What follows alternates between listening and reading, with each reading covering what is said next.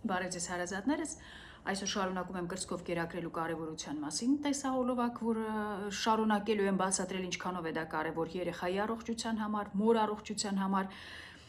ազգի առողջության համար, ել չեմ ասում երկրի եւ ընդհանուր երկրագնդի այնքան կարևորությունը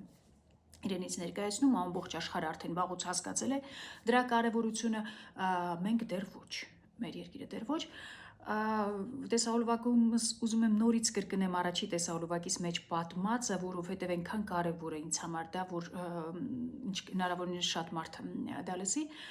որ պատմել եմ արդեն, որ ուսանողներից դասախոսություններ եմ հանձնարարում ու տղաներից մեկին ընկել էր կրծքով կերակրելու կարևորությունը ու ինքը իր դասախոսությունը սկսեց նրանով, որ հնդիկ ուսանող է, պատմում է, որ ինքը ամբողջ կյանքը հնդկական ֆիլմեր է դիտել ու այդ ֆիլմերում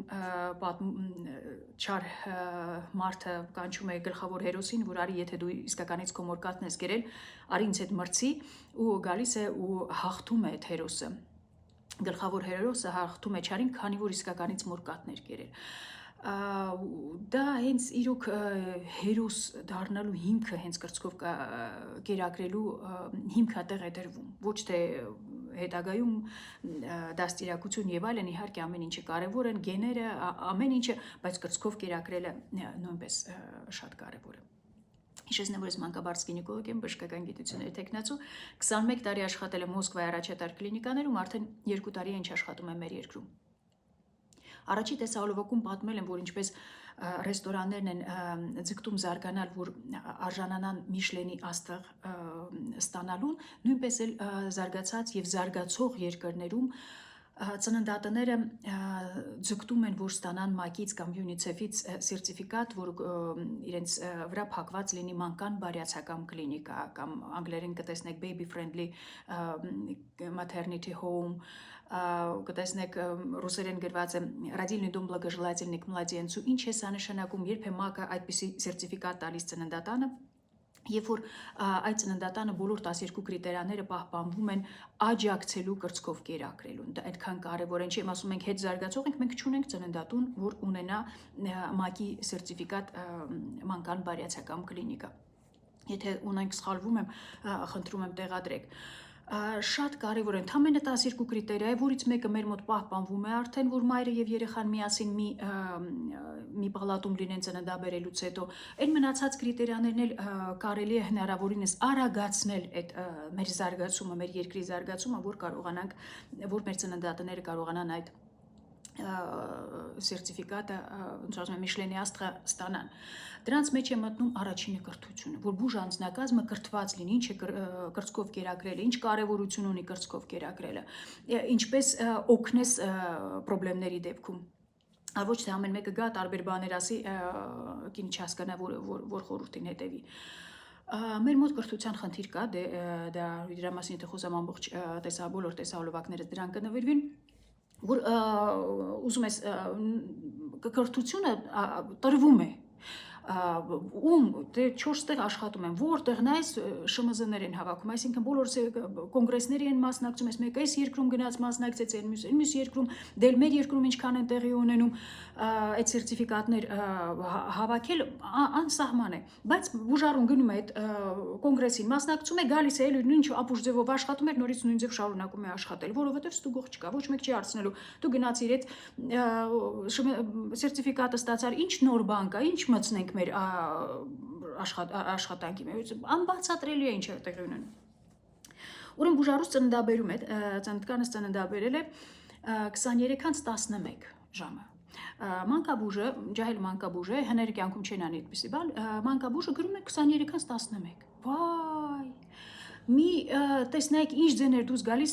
բուժքրոջից, մանկաբարձուհուց։ Վայ, մենք տես բան երբեք չենք արել։ Կամ գրեք 23-ից 10-ա ծնվել, կամ գրեք 23-ից 15-ա ծնվել, որ խոսացնես, բայց մի 100 հատ սերտիֆիկատ ունի արդեն ստացած։ Ինչն է խանգարում այս երկրում գրենք երեխայի ծնունդը ճիշտ։ Ես չեմ կարող սա բացատրեմ։ Ինչն է, քանի սերունդ պետք է անցնի, որ մենք դա ճիշտը սկսենք գրել։ Էլ մնացած բաներից չեմ կարող նկար, աննկարագրելի է։ Ուրեմն կրթությունը շատ կարևոր է։ Դե առաջի տեսահոլովակում պատմել եմ հիմնական կրիտերիաները, որ առաջի երեխային ծննդաբերելուց հետո երեխային անմիջապես տեղադրում ենք որովայնի վրա, մաշկը մաշկին, ու առաջի ժամվա մեջ ոսկե ժամ է կոչվում, որ երեխան կրծքով կերակրվի։ Ինչի, քանի որ հիմքն է դրվում կրծքով կերակրելու կաթն արտադրության հիմքը այդ առաջի 6 ժամն է, որ շատ կարևոր է, որ անպայման երեխան կերակրված լինի, կուրծք վերցրած լինի, քանի որ կաթը արտադրվում է միայն այն դեպքում, երբ որ այդ կուրծքը դատարկվում է։ Երեխան պիտի ուտի, որ կաթը արտադրվի, եթե չի ուտում, չես կթում, կաթը չի արտադրվում, այդպես է։ Ուրեմն կրթվածությունը, որ երեխային պետք է կերակրել ըստ երեխայի պահանջի։ Ուրեմն այսօր խնդիրների մասին եմ իհարկե խոսելու։ Առաջի խնդիրը, որ ինչի չեն կերակրում, դիսկոմֆորտը։ Ժողովուրդը սովոր չի ուզում որևէ դիսկոմֆորտ իրեն պատճառի։ Թափ տան շիշը, արհեստական ծնունդը տան երեխայի, գնան աշխատեն։ Ուրեմն, սա այնքան կարևոր է կրծքով կերակրել, արդեն ասել եմ, դա առաքելություն է, որ մի աշխատանք չկա, մի գործողություն չկա, որ դուք կատարեք, դա ավելի օգտակար լինի երեխային, ձեզ, թե մեր ազգին։ Ամեն առաքելություն է, ու սա պիտի հասկանա ոչ միայն կերակրող մայրը, այլ իր շրջապատն նույնպես, քանի որ այդ շրջապատի ապուշությունները բերում են այդ կրծքով կերակրողի մոտ կաթի բոլոր ստրեսները բերում են կաթի պակասի։ Դրա համար շրջապատը նույնպես պիտի հասկանա, որ սա ազգի համար ամենակարևոր գործն է, որ պետք է արվի։ Ուրեմն առաջինը, որ կանայք չեն ուզում դիսկոմֆորտ։ Սա պիտի ասեմ, որ դիսկոմֆորտը առաջի 2 շաբաթն է։ Եթե դուք այդ ճիշտ առաջի 2 շաբաթը ձեզ պահեցիք, արդեն դա հաճույք է լինելու կրծքով կերակրելը։ Հասկանալով, որ սա կարևոր է թե ձեր առողջության համար, թե երեխայի առողջության համար։ Ուրեմն առաջի խնդիրներից կարևորագույնը նա է, որ կինը չի հասկանում, որ երեխան բավարար քանակի կաթ է ստանում։ Այսինքն իրեն թվում է, թե երեխան քիչ կերավ, որ արհեստականով երեխաները միանգամից ուռում են, թշերը մեծանում են, համարում են, որ դա շատ լավ է, իսկ կրծքով կերակրելուց իհարկե երեխան դանդաղ է աճում, բայց կաթը անգամ աճի հորմոն է պարունակում իր մեջ։ Հասկանում եք, այդ արհեստական ծնունդները, այդ շիշը որ թափ եք տալիս երեխան, ոչ մի կարևոր նյութ չի պարունակում, չաղացնում է ուղղակի երեխային։ Ուրեմն, ոնց հասկանանք, որ բավարար, առաջի տեսահոլովակում դա պատմել եմ, բայց այնքան կարևոր է, որ նորից պիտի կրկնեմ։ Առաջի խնդիրը, որ համ բժիշկները հասկանան, որ ինչն է, որ երեխան բավարար քանակի կաթ է ստանում, եւ մայրը հասկանա, որ երեխան բավարար քանակի կաթ է ստանում։ Ուրեմն, արդեն ասել եմ, առաջի 3-4 օրը խեժ է արտադրվում, կոլոստրում է կոչվում, այսինքն խիտ կաթ քիչ քանակի։ Ինչի է քիչ քանակի կաթ արտադրվում, ինչի Աստված այդպես են արել, քանի որ երեխաների աղիքները, նորածնի աղիքը դեռ չի աշխատում, չի գործում, զարգացած չի։ Այդ կաթն է, մայրական կաթը միայն կարող է զարգացնել այդ աղիները։ Դրա համար քիչ քանակի է պետք, ամեն ուտելուց մի թեյ գտալ ուտի այդ խեժից երեխան հերիք է։ Ու այս առաջի 3-4 օրը պիտի շատ կերակրել, ու 8-ից 12 անգամ պետք է կերակրես, որ երեխան այդ անընդհատ այդ խեժը ստանա իրեն հերիքի։ Ուրեմն, քանի որ այդ խեժը քիչ է, առաջի 3-4 օրը երեխայի քաշը նախնականից իջնում է։ Դրա համար շատ կարևոր է մեր նախնական քաշը գրամներով իմանանք։ Շատ ճիշտ կշռված լինի երեխան, առանց շորերի կշռված լինի, որ նախնական քաշը ճիշտ իմանանք։ Դրանից հետո այդ 3-4 օրը, քանի որ խեժը քիչ քանակի է արտադրվում, երեխայի քաշը իջնում է։ Մոտավորապես 7% նախնական քաշից իջնի, սա համարվում է նորմալ, ֆիզիոլոգիական է, ոչ մի միջամտություն չենք անում այդ դեպքում։ Երբ որ 3-4 օր հետո արդեն սկսում է կաթը արտադրվել, իսկական կաթը, նա արդեն մեծ քանակի է, բավարար քանակի, երեխան սկսելու է արդեն աճել։ Արդեն 3-4 օրից հետո, երբ որ կաթը սկսել է գալ, երեխան պետք է քաշ չկորցնի, եթե նորմալ ճիշտ է կինը կերակրում։ 3-4 օր հետո արդեն մոտավորապես 30 գրամ օրեկան հավաքելու է, գա 1-2 շաբաթում հասնի իր նախնական քաշին, որով ինքը ծնվել է։ Նոր արդեն դրանից հետո աճի գնա։ Եթե երեխայի քաշը տատանվում է այս նկարագրած այս ձևով եւ երեխան միզում է, աղիները գործում են, համարվում է, որ երեխան ստանում է բավարար քանակի կաթ։ Սա է բավարար քանակի կաթը։ Երկրորդ խնդիրը, որին ես առնչվեցի մեր երկրում, դա դեղնախտն է։ Երեխաները ծնվում են դեղնախտ ունեն, նորածինները, ֆիզիոլոգիական է, գրեթե բոլոր առաջի շաբաթն ունեն։ Բայց կրծքով կերակրող երեխաների մոտ այդ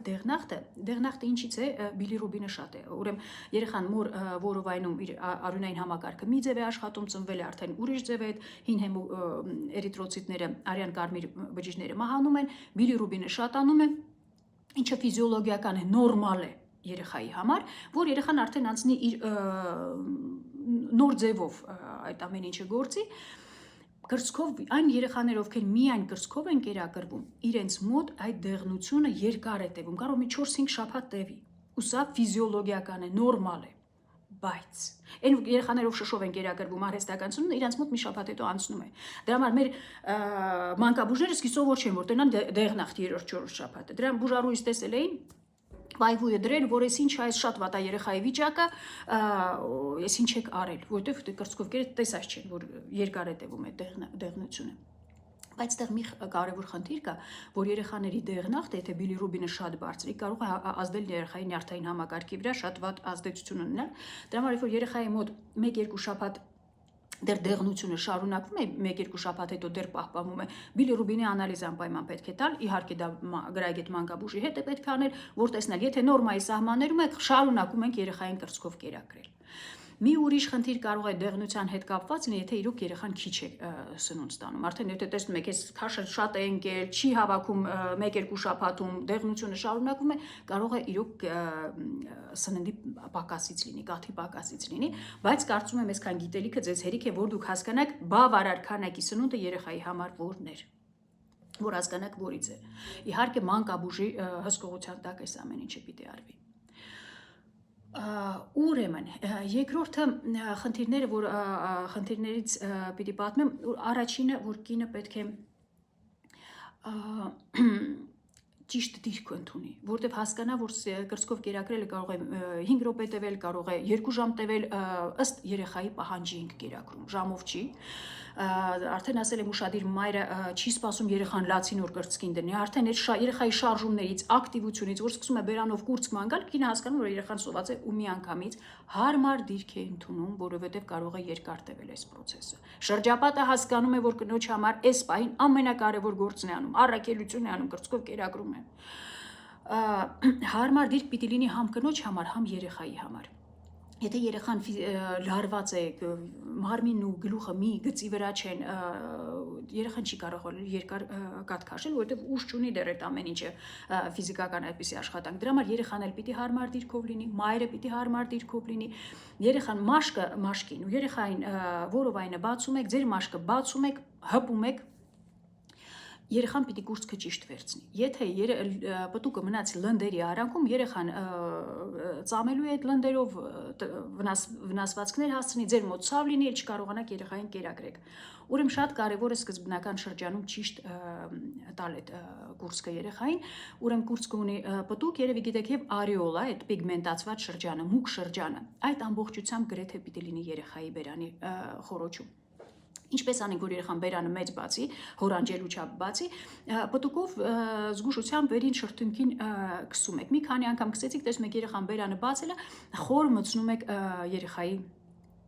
բերանի խոռոչ, որ այդ գրեթե ամբողջ արեոլան ինքը վերցնի, որ պտուկը չմնա լնդերի արանքում։ Դուք հարմար դիրքով եք, երեխան հարմար դիրքով է, լսում եք, որ երեխան կաթը քաշում է, գուլ է տալիս, այդ սկզբնական շրջանում կարող է դիսկոմֆորտ լինել իհարկե, որովհետև նոր կաթ է արտադրվում, մանավանդ առաջնածնի մոտ, խողովակների մեջով դեռ ոչ մի բան չի անցել, կաթը նոր արտադրվել է, գալիս է, սկզբնական շրջանում 1-2 օր կարող է ծակծկոցներ լինեն, դիսկոմֆորտ լինել, բայց ընթացքում արդեն կինն ընտելանում է ու կաթը հանգիստ գալիս է։ Երրորդ, կրծքով կերակրել, երբ ես հասկանում, որ երեխան արդեն կշտացավ, երեխան մկանները թուլանում են, արդեն ինքը հանգստանում է, այլ կուրծքը չի ուզում վերցնի։ Եթե հանկարծ կրծքով կերակրելու ժամանակ պետք է ընդհատեք ինչ-որ գործողություն անեք, չի կարելի երեխային քաշել կրծքից, ուղղակի ձեր մատը մտցնում եք բերանի խոռոչ երեխայի, որ այդ վակուումը հանեք, որ չքաշի այդ պտուկը հանկարծ տրավմաների ենթարկի։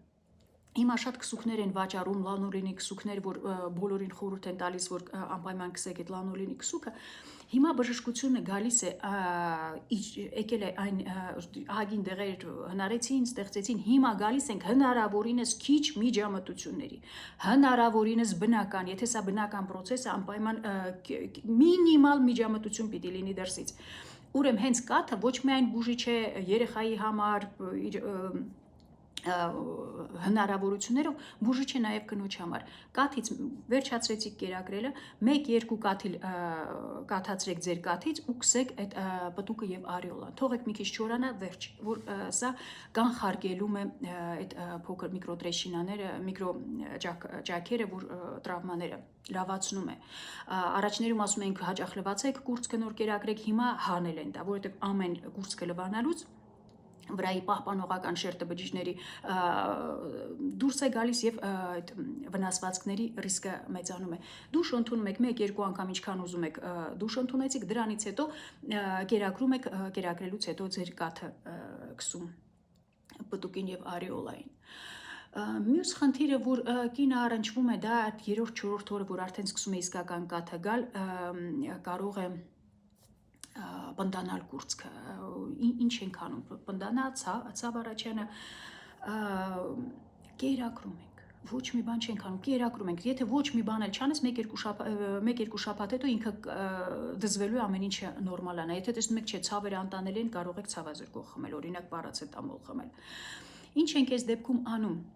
Երեխային կերակրում ենք։ Հիմա այս կերակրելու պահը, ուրեմն երեխային կրծքով կերակրելու ժամանակ խորհուրդ ենք տալիս մի կերակրելու ժամանակ 2 կրծքից էլ կերակրել։ Մեկից սկսել, մյուսով վերջացնել,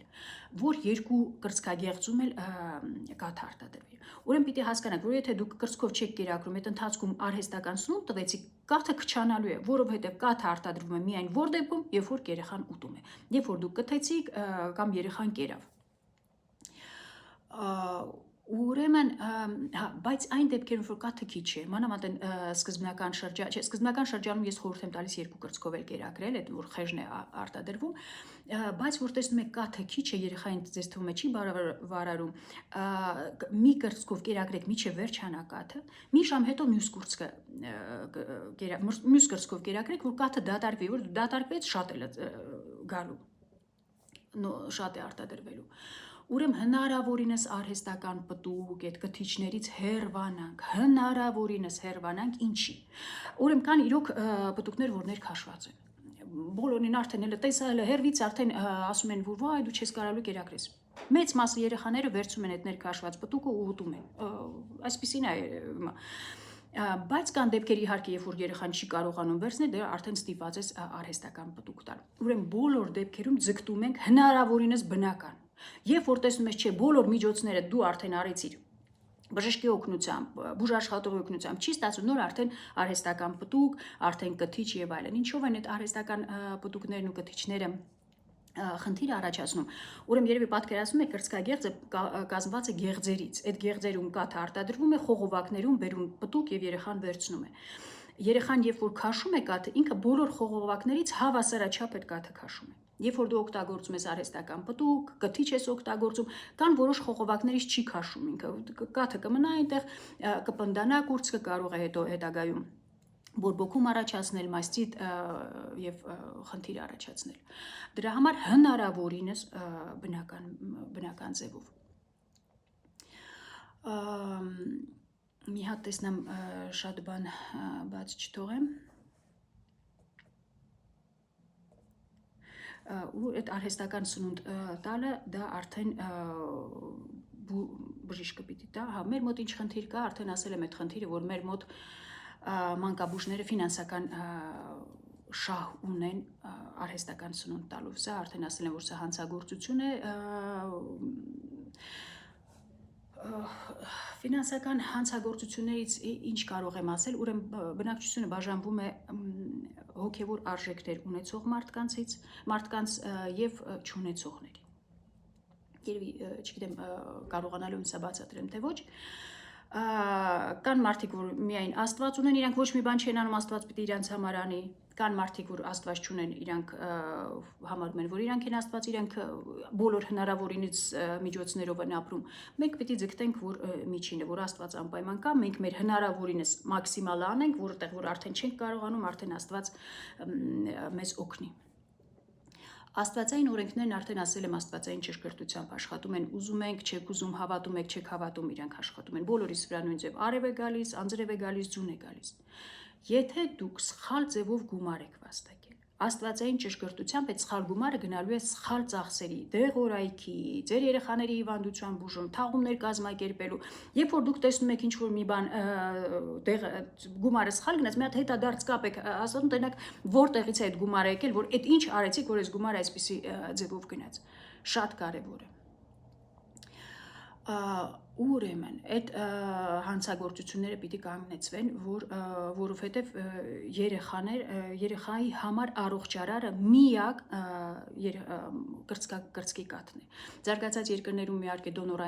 դոնորական բանկեր կան, որ կարող են գնալ ավելի լավ է ուրիշ կնոջ կրծքի կաթը վերցնել, քան արհեստական սնունդը, քանի որ արդեն բացատրել եմ ինչ կարևոր նյութեր կան։ Բայց առանց այդ դոնորական բանկի գնալ ուրիշի կրծքի կաթը վերցնել, որովհետև կան դեպքեր, որ միավունի կինը չի կարելի, որովհետև երեխան կարող է վարակվել միավով, հերպեսի ժամանակ, երբ որ վշտիկներ կան կրծքագեղձի վրա, չի կարելի երեխային կերակրել, որովհետև այդ հերպեսը կարող է անցնել երեխային, իսկ իր իմունային համակարգը դեռ պատրաստ չէ պաշտպանել իրեն։ Դեպքեր կան այդ դոնորային բանկերում, դոնորական կաթի բանկերում հսկողություն է գնում եւ կարծում եմ մեր երկրում դա նույնպես չկա, կարելի է զարգացնել, որ հասկանա բնակչությունը դրա կարեւորությունը, արդեն պահանջներն էլ կլինեն։ Շատ խնդիրներ կան, որոնց մասին կարելի է խոսել, ուրեմն երևի լսած կլինեք, որ հիշում եք, որ մեր մամաների, տատիկների ժամանակ կուրծքը բռնում էին մկրատի ձևով։ Չի կարելի մկրատի ձևով բռնել, քանի որ նորից պատմում եմ, որ դա խողովակներ են, երբ որ դու բռնում ես մկրատի ձևով, այդ խողովակների կեսը փակում ես, չես թողում այդ դրանից կաթ գա։ Այսպես բռնել կարելի է միայն այն դեպքում, երբ որ կաթը շատ է, խողովակները մեծ են, կաթը մեծ քանակի գալիս է, երեխան խեղդվում է։ Այդ դեպքում այդ կանանց խորհուրդ է տրվում մկրատի ձևով բռնել, որ երեխան չխեղդվի այդ կաթից, քիչ բռնել։ Մնացած դեպքերում, երբ որ դուք տեսնում եք կաթը քիչ է, երեխան կուրծքը ոչ մի ձև չի ուզում վերցնել, կուրծքը կթելու ձևով արիոլայից վերև առաջից եւ հետևից բռնում, սխմում եք երեխայի բերանի մեջ, որ կաթա 1-2 անգամ, որ երեխան կարողանա տեսնա, որ լավ բան է, որ վերցնի կուրծքը։ Այն դեպքերում, որ պետք է արհեստական իրոք սնունդ տալ, կան դեպքեր, արտասահմանում խորհուրդ է տրվում դա կատարել շպրիցներով, գդալներով, որ այդ սոսկա բան չլինի, այդ շշեր չլինի, որովհետև երեխան հետո չի կարողանում կուրծք վերցնել։ Մեր երկրում վախենում եմ դա ասել, որովհետև վախենում եմ ասեմ գդալով տվեք, երեխային խեղդեք, սպանեք։ Զգուշ ամեն ինչը, որովհետև հիմա անտանելի է 30 տարեկան ծննդկան հղիս ծննդաբերելը 30 տարեկան բարձրագույն կրթությամբ, որ տեսա ոնց է երեխային գրկում, սարսափահար եղա։ Ուրեմն չեն հասկանում, 30 տարեկան բարձրագույն կրթությամբ կինը չի հասկանում, որ երեխան վիզը դեռ չի կարող պահի, մի ձեռքդ պետք է մեջքի տակ դնես, մի ձեռքդ գլխի տակ դնես, նոր երեխային գրկես։